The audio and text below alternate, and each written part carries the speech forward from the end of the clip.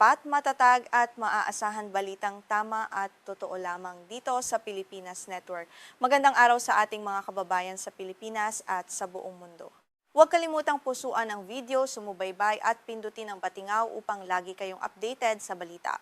Simulan na natin. Isang malaking balita ang yumuon sa silangang bahagi ng Ukraine matapos opisyal na i-anunsyo ng Russia na nakuha na nila ang buong kontrol sa estratehikong lungsod ng Konstantinovka. Ang lungsod na ito ay kilala bilang pangunahing pintuan patungo sa tinaguriang Fortress Belt o sinturon ng depensa ng Ukraine sa rehiyon ng Donetsk. Ang pagbagsak na ito ay nagbibigay daan sa mga tropang Ruso na mas madaling pasukin ang iba pang mga kuta ng militar ng Ukraine.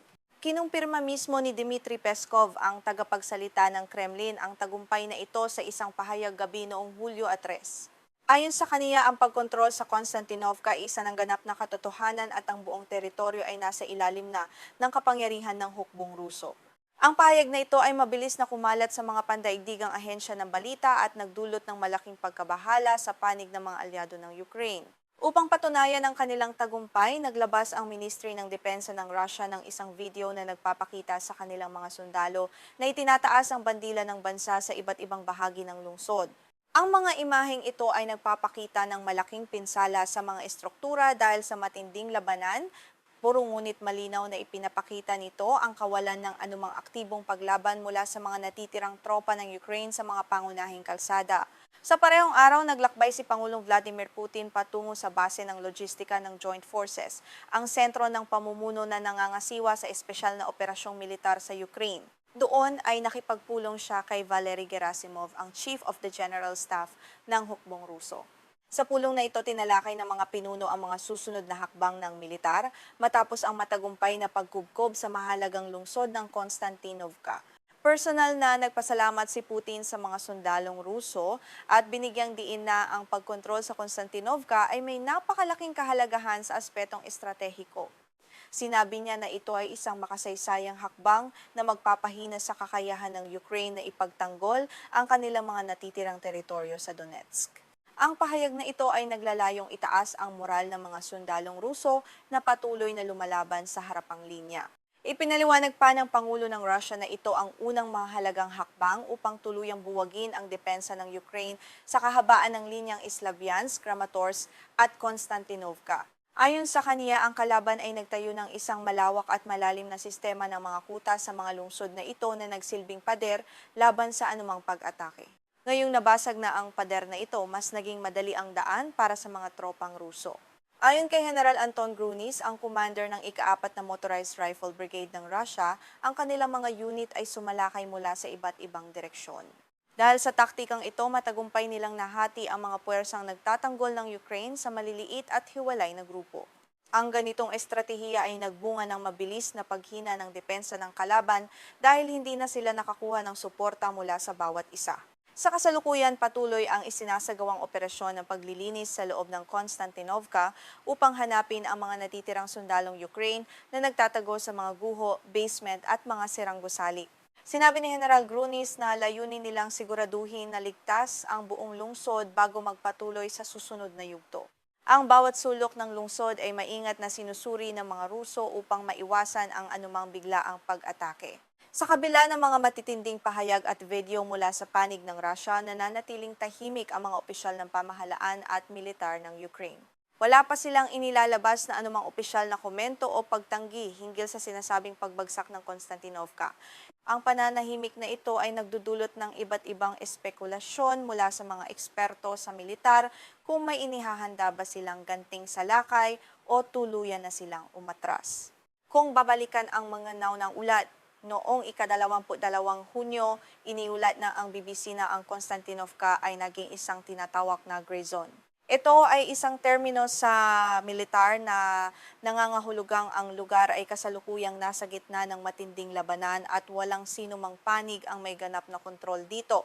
Sa panahong iyon, naramdam na ng mga sundalong Ukraine ang matinding pressure mula sa paparating na hukbong Ruso.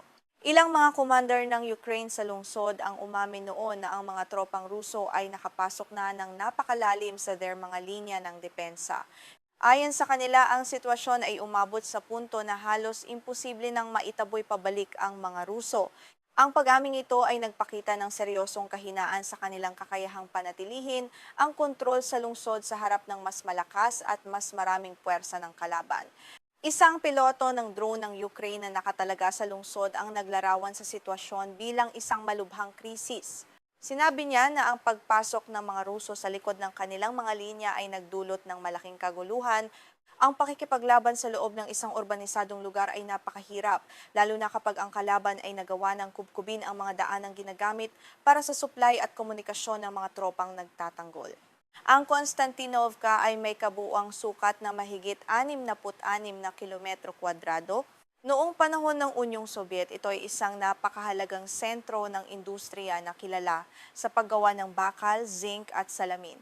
Bago magsimula ang digmaan, ang lungsod na ito ay tahanan ng humigit kumulang 70,000 mamamayan. Ang pagkawala ng lungsod na ito ay hindi lamang isang pagkatalong militar kundi isang malaking dagok sa ekonomiya. Noong simula ng labanan, ang lungsod ay nagsilbing pangunahing sentro ng logistika at supply para sa mga tropang Ukraine na lumalaban sa Bakhmut at Chasiv Yar. Dito dinadaan ang mga armas, pagkain at gamot para sa mga sundalo sa harapang linya.